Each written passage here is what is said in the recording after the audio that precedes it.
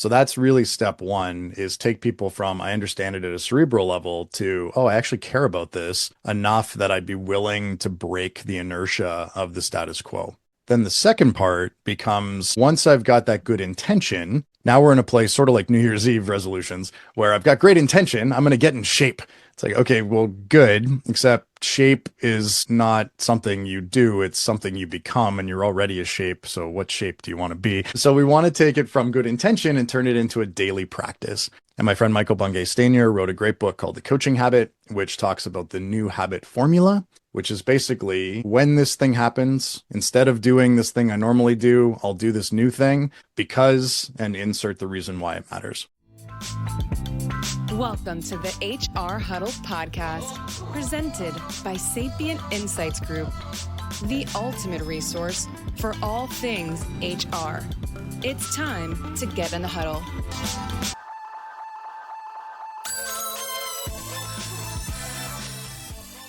Hello, everyone. Welcome into the HR Huddle in 2026. I'm your host, Teri Zipper. I'm the CEO and managing partner at Sapient Insights Group, and I'm back for another exciting episode of HR We Have a Problem. This is the show where we like to break down the big and most relevant HR issues of the day. We help you make sense of what they mean for you, and we talk about what you might do about them. So joining me today is Chris Taylor. Chris is the founder and CEO of actionable.co. Welcome, Chris. Great to have you. Teri, thanks so much. I'm looking forward to it. Yeah, how are you? I'm well, thank you. I'm excited for the year ahead and this conversation. Yeah, me too. I think there's a lot going on. The world of work is in transition. And I think when we last talked, we discussed talking about a little bit about the future of work from the perspective of learning and change. I hoped we could also maybe talk about some future, but also focus on the practical versus the hype. You know, there's still a lot of hype and some of the barriers are starting to break down. But I think most people want to know, how do I personally stay relevant, and how, if I'm an HR leader or a consultant working with people in the HR field, how do I ensure my programs are relevant? And, you know, just how do I make this work? There's just a lot going on. So does that sound like a good plan to you? That sounds great, Teri. All right. And let's get into the huddle. So before we jump in, Chris, tell us a little bit more about yourself and your passion, and sort of how did you get into this space and this particular area that we're going to talk about here in a few minutes? Sure. You mean the niche within a niche within a niche that I play in? That's the critical niche. That's it exactly. So I ran a boutique training company about 20 years ago here in Toronto, Canada, where I'm based. And I was good at it. I got the obligatory 5-star feedback forms. I had participants sending me notes of gratitude. And I had this deepening sense of misalignment between what I was being hired to do and what I really felt my purpose was. Which is to say that I was being hired and valued for the entertainment value that I was putting on in the room, when what I really wanted and believed my purpose was, and what clients should be spending their money on, was driving real change. And so I became sort of borderline obsessed with that knowing doing gap, as Bob Sutton calls it, that when, participants feel inspired in the room and then leave, how do we make sure that they are applying the pieces that they want to apply from the session, that those behavior changes that they're making are being recognized, course corrected, and are in alignment with what the organization actually wants. So I went on this, sort of 6-year pilgrimage. I interviewed authors for a while. I read a bunch of books. I started tinkering and experimenting. I built a little piece of tech with a guy that I hired off Twitter, which is what it was called back then. And we started really experimenting around bringing visibility to the behavior change that follows or doesn't on learning programs. So that was really the origin. And fast forward to today, we work with about 100 consulting and training firms around the globe, a handful of what I would call industry clients direct. And we have a now very robust piece of technology and, more importantly, methodology that sustains and drives change on learning programs. Yeah. Well, that's a lot. It's good that you can see your purpose. I love that. I think a lot of people struggle with that in particular. Hmm. Just finding their reason, their why, their purpose. And sometimes it's the reflection about what you're doing that helps you get there. What's your highest priority for 2026? Do you have a New Year's resolution, or do you have some big priorities, some big things that you think need worked on in 2026? Yeah, I think 2026 is industry wide going to be an interesting year. I think you alluded to this at the beginning, the fact that there's been a lot of hype. There's been a lot of fear, existential fear around the future of the industry, right? Like, does AI replace, a large portion of the L&D space? My answer categorically is no. We need to change and evolve, but we can get into that. For me personally, there's a couple things. One, we've been doing this work now for a long time. We've used the actionable change methodology, or what we call undeniable impact, on over 9,000 learning programs, over 100,000 participants.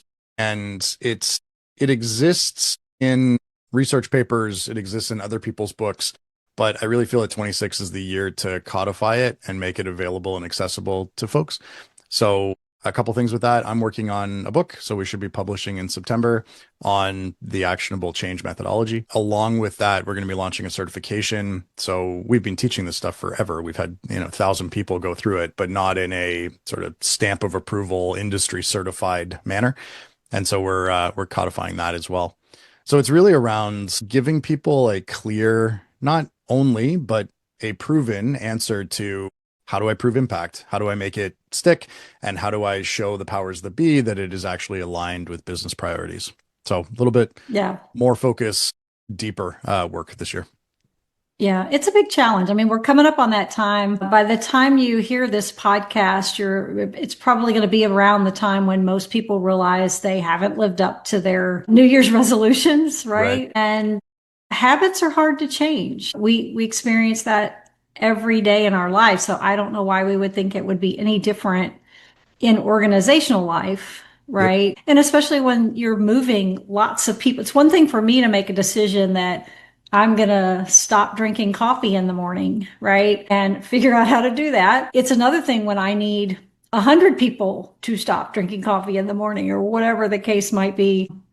I actually increased my drinking of coffee. So, considering I didn't start drinking it until 3 years ago, but these habits are difficult. And when you think about that from a change and training perspective, and trying to move a larger group of people, become even more difficult. And I know one of the things you focus on from like a change perspective is how to prove whether it's working. And Mhm. and that's an area where most of the time we just do it in the hopes that it's going to happen. Mhm. And as somebody who has worked on a number of change projects, the level of focus that people put on the measurement is not what it should be. Agreed. Yep. Or they do it too late, right? It's six Yeah. months later. They're like, well, can we prove it now? Like, what do you mean Yeah. prove it now? Like after the fact, we didn't have any benchmark. Anyway, yes, I totally agreed. Yeah. And they come back and they want it like, so we need to do the change program over again Right. because it didn't stick. Right. Right. Exactly. Well, I think, as you've alluded to, a large portion of the work that we are publicly known for is around that proof of impact. But as you've just, suggested, we can't prove it until we're actually making it happen. So there's really these two sides to the coin around how do we help more learners or employees in the case of a large scale change program that's not just L&D.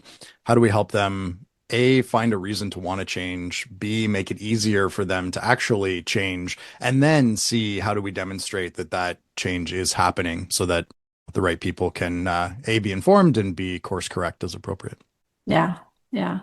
It's a lot. And, organizationally, what's the why? Why are we doing Hmm. this? And quite frankly, I mean, coming into any organization, it's one thing if you've got a big program that you're trying to initiate and you need people to change in order to see the effects and, meet your strategic priorities. It's another thing when you're coming new into an organization and you find out, well, here's the program that we have, and why do you have this program? Well, because we've always had this program. So I always contend that, going into a new organization, you need to be thinking about I need to evaluate the things we're doing today. Are they the right things? Are they meeting those strategic priorities?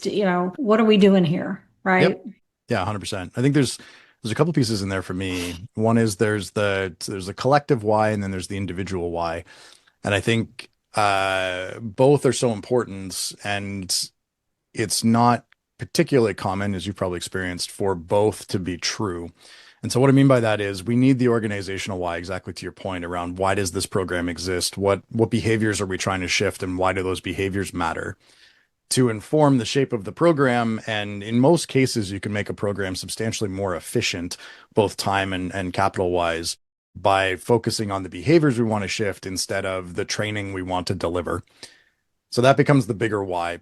Then on an individual level, for each individual participant, we've found way more success. I appreciate how statistically relevant that sounds. Way more, but A substantially lot. more success when, yes, by all means, share the organizational why, but then ask for the individual why and keep asking and create the time and space in the programming structure for each individual to find their own reason why.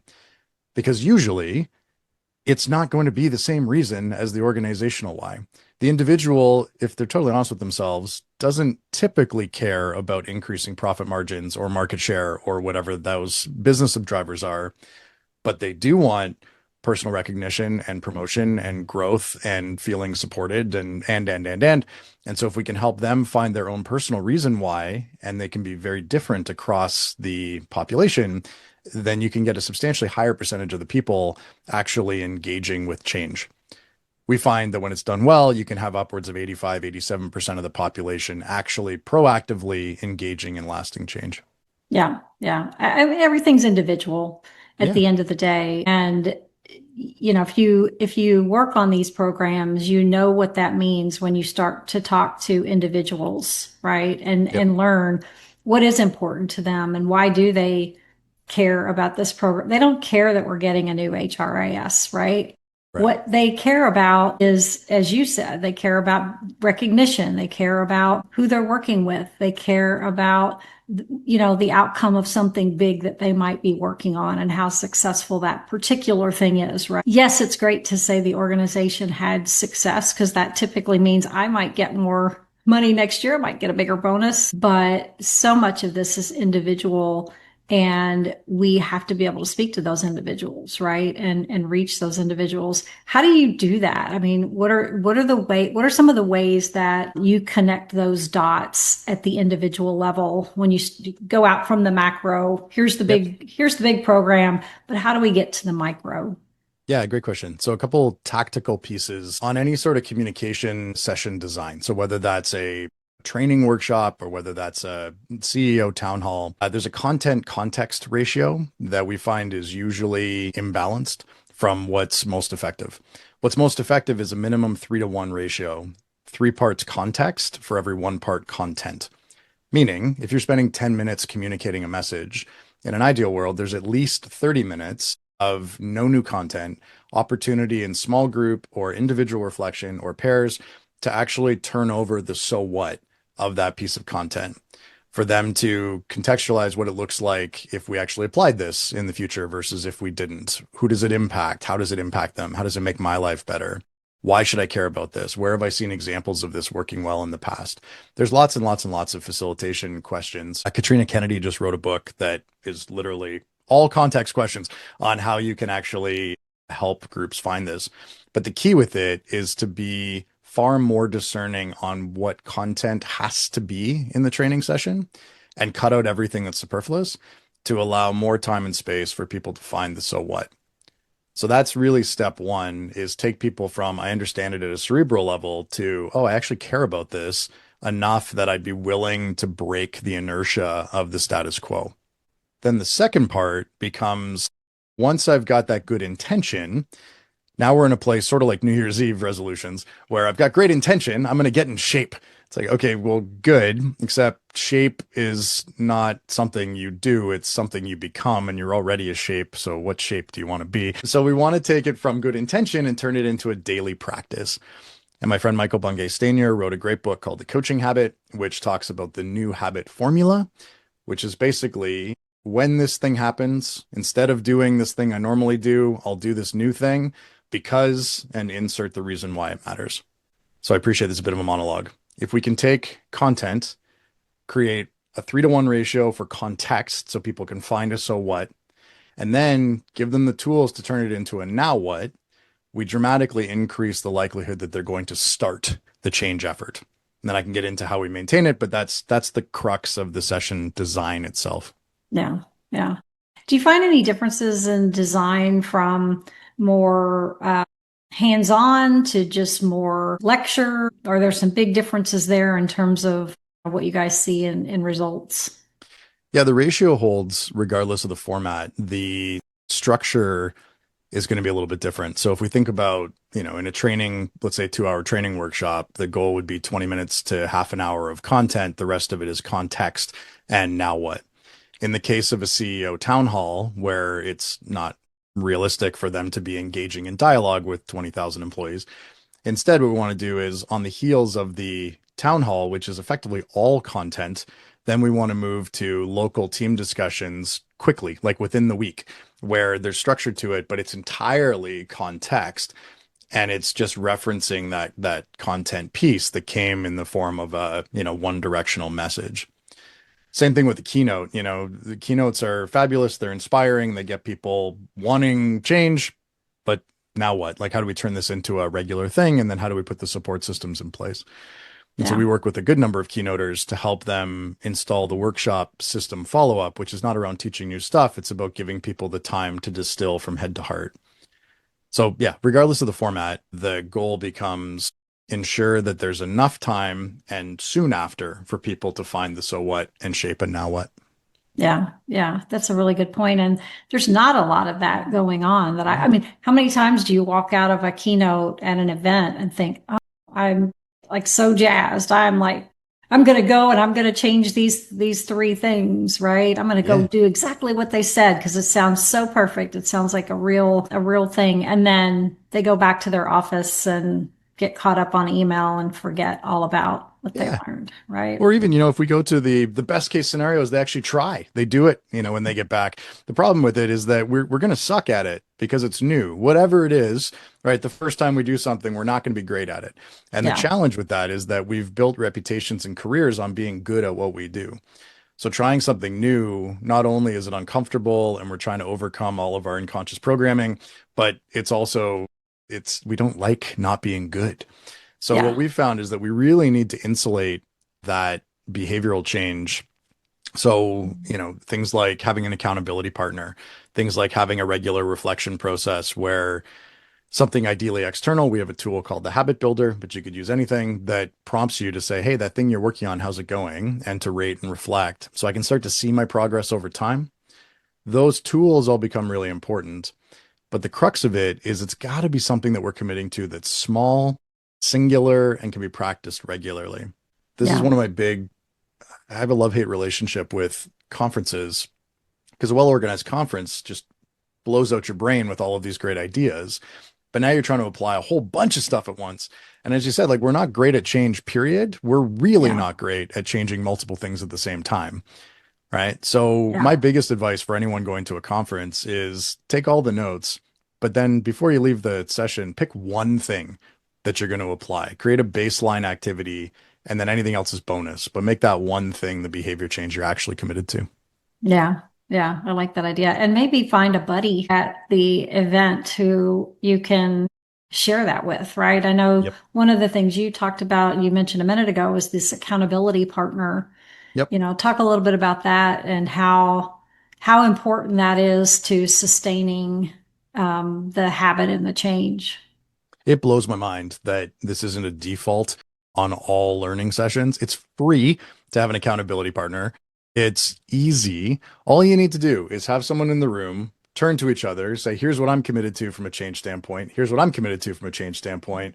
Let's check in on Teams. Like what, it doesn't have to be a call. Let's just check in a week and we'll ask two questions. What's working and what did basically what impact is it having for you?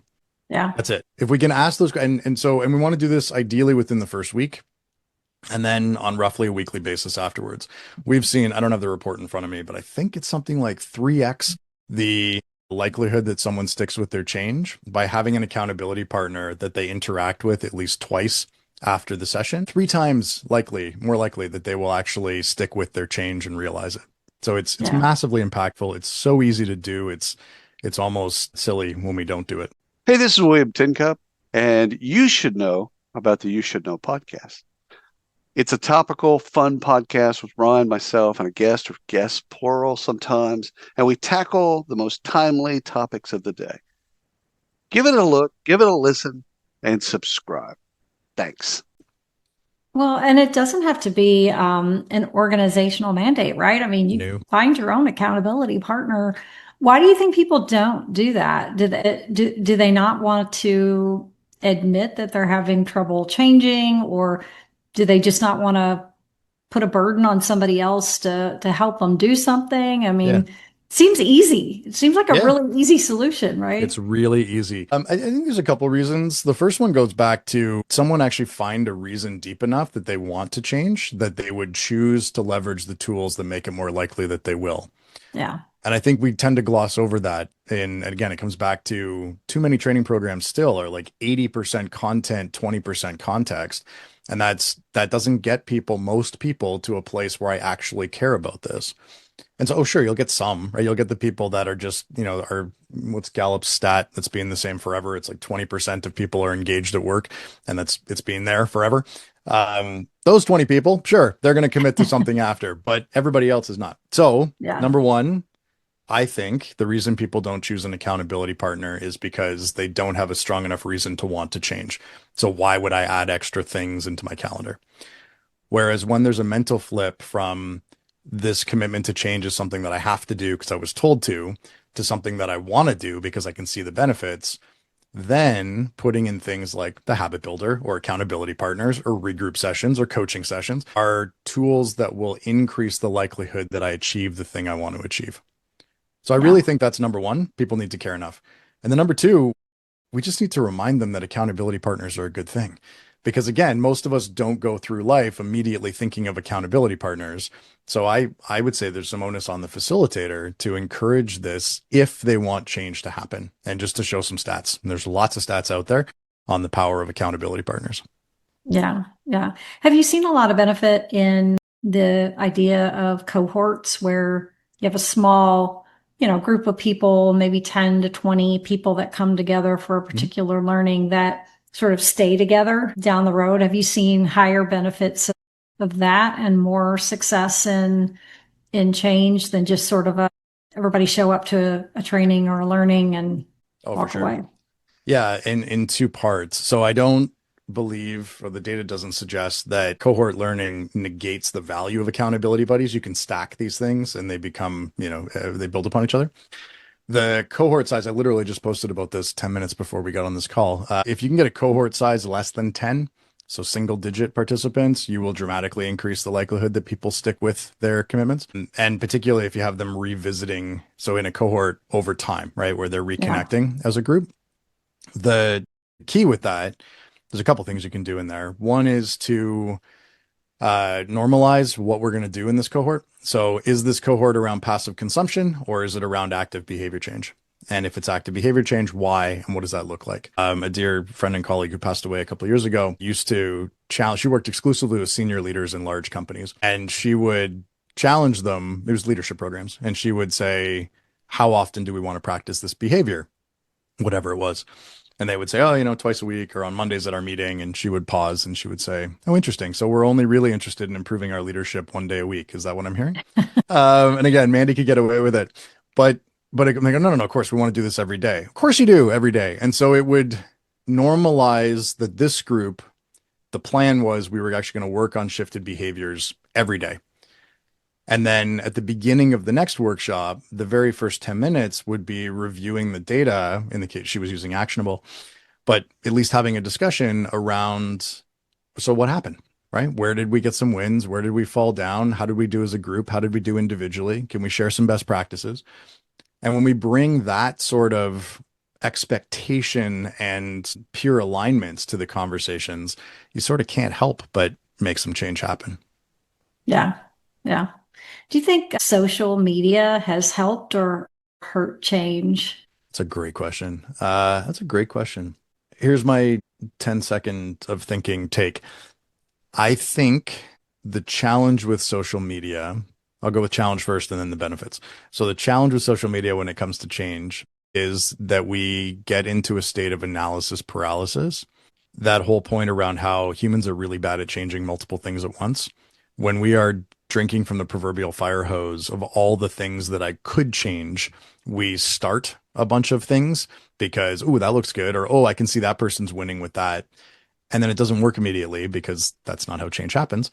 And then because we have a never ending stream of new things to inspire us, we can rush off to the next shiny object and we end up spinning in circles. On the plus side, social media makes basically the how to on anything accessible by a few clicks.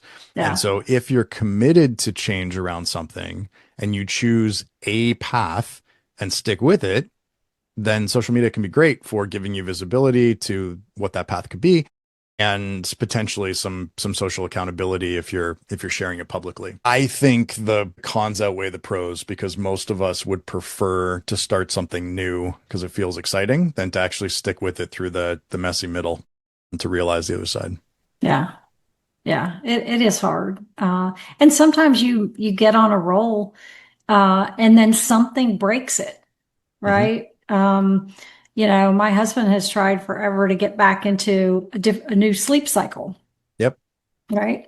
And 2 weeks, he'll be going and going. It's all going really well. And then something transpires to break it one day, Hmm. and then it's over, Yeah. right? You can't get back. And so there is a level of commitment Yep. that there's certain things you just have to ignore. Otherwise, you're going to fall off the proverbial wagon, right? So yeah, Yeah. it's an interesting conundrum that just it affects us all. There's something interesting in there, particularly as it comes to New Year's resolutions around sort of the brittleness of these behavior change commitments. The idea of streaks and uninterrupted streaks are great and not always realistic.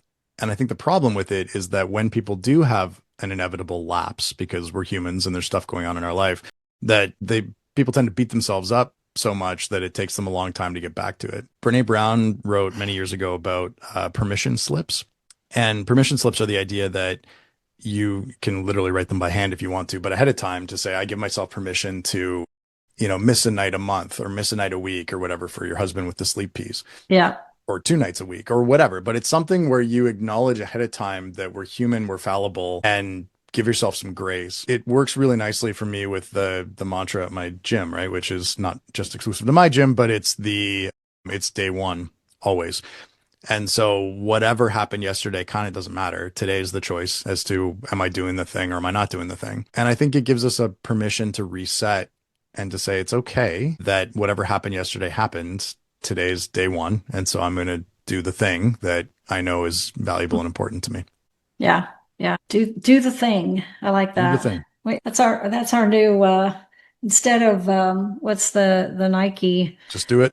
just do it. We're Yep. gonna have do the thing. Do the thing. Love Yeah, it. and thing being singular. Don't do the things. That's the other, big problem with New Year's resolutions is I'm going to get in shape and I'm going to be a better spouse and I'm going to be a better husband and I'm going to quit smoking and I'm going to, all the things. And it's like, well, no, we don't. That's not how we change. So pick Yeah. one. Yep. Yeah. Yeah.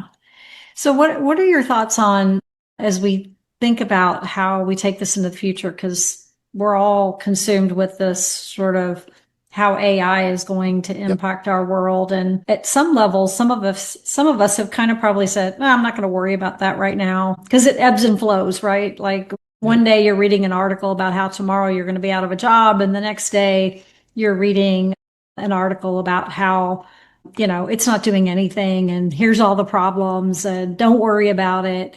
It's just, it's such a dichotomy of ideas out there. Mhm. How do you see AI affecting work and then affecting the way that we change or, how our behaviors impact how this is going to come to fruition? Yeah. Yeah. I mean, if we fast forward, even 18 months to try to crystal ball where AI is going to impact our lives. I mean, I could throw out some ideas, but what I tend to focus on more so is what's not going to change. And from those foundational elements, then looking at how do we leverage some of the things that do change around us. So one of the things that I mean, the data, our lived experience over the last 20 years is just very clear, is that moving from I understand how to change to I care enough to want to change happens through human dialogue, period. It's human beings sitting down, hearing what others have to say, sharing their own thoughts, talking it out. And it goes, you can almost picture it sinking from I understand it cerebrally to, oh, wow, this actually matters to me. And so I think AI makes content super accessible and hyper relevant to our specific needs and circumstances. It's only going to continue to increase as it gets access to more and more data. So the how of change becomes commoditized and largely free. The do I care enough to want to change, at least for the foreseeable future, in my eyes, is the sort of the hallmark of good facilitation, of good consulting, good coaching, is to help individuals work through the what to find the so what and then shape it into now what.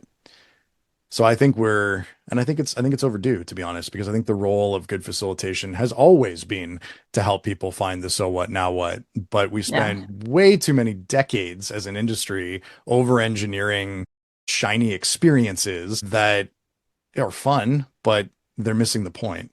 And so I see it optimistically that the rise of AI and the democratization of content creation leads to facilitators being recognized for what they truly should be doing, which is supporting and driving change. Yeah. You said something interesting there that made me think about back to the accountability partner, Mhm. because as I'm thinking about, do I want to change? Does it matter? And is it better that I've found somebody who also cares whether I make this change or not, right? Like it's Yep. definitely internal, but at the same time, we want to be recognized externally as Yep. well. And so making that change has to be important to us, Yep. but having somebody who it's sort of also important to, whether that's a spouse or a friend or a child or whoever, Yeah. your work partner, your boss, whatever the case might be, that feels like a strong reason to me to have that accountability partner, because now you've got somebody else who cares. Yes, 100%. And if they're going through change, either the same change or something similar because they were a colleague, there's okay, if we take a step back, the two things that AI can't touch is your world, as in your lived experiences, and your worldview, your perspective that's being shaped by those experiences. It just can't because it's not experiencing things currently, Yeah. until the robots take over. And so if you're going through stuff and gaining perspective on it, and someone else is going through stuff and gaining perspective on it, and you come together to talk about those experiences and find new shared understanding, that's going to be more effective than the most empathetic AI bot, because the AI can't contribute, it can only reflect.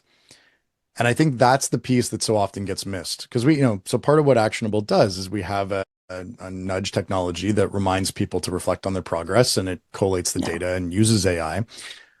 But what gets missed is people are like, well, I can just do that with AI. It's like you can, but it's not going to be as effective as the social layer that gets built into Actionable. But I think all strong learning programs, it's about the tribe and it's about the sort of tribe within a tribe. This, to your point from earlier, the small cohort going through a learning journey together has value beyond more content or 24/7 onness of a bot.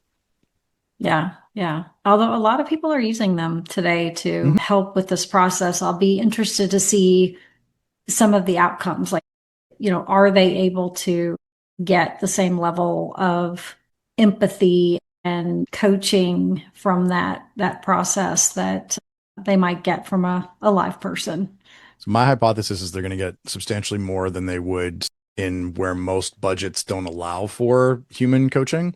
And it's not going to be as much as when they actually have a human, so long as they're a capable human coach. But Yeah. that's why I love the buddies and the cohort model, is that they don't need to have the expertise or the particular language or facilitation skills.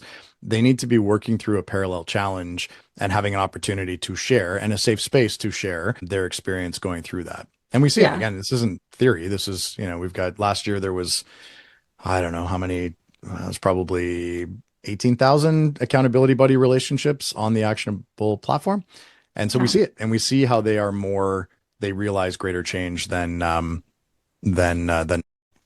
Yeah, you're right. And that vulnerability to, you know, allow somebody else to know that you're struggling with this particular thing, especially in a professional environment where you're a fairly senior person in the organization. Do you really want people to know that you don't feel comfortable having a conversation with an employee about their performance? Probably not, right? There's only certain people you would trust with that information, and that you're trying to learn how to get better at, or how to continue to improve in that particular area of leadership, or whatever whatever the area is that you want to engage in. So yeah, you don't want to tell your boss, hey, I really suck at this. I need to get an accountability partner.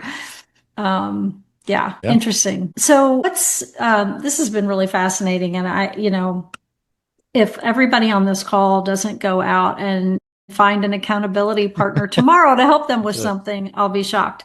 But what's one thing that you can leave the audience with today that you think might help them sort of think about their challenges and what it is they're trying to change as an individual, and how that also might impact change in their organization?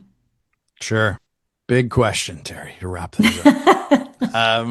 So there's a couple things. Well, first of all, I'll give you a tool. So I took the sort of 20% of everything we do in Actionable and built a toolkit. It's free, actionable.co/toolkit. It'll help you think through, particularly if you're responsible for learning programs, it'll help you think through the design, the positioning, the sustainment, and the proof of impact on those programs so you can make learning stick.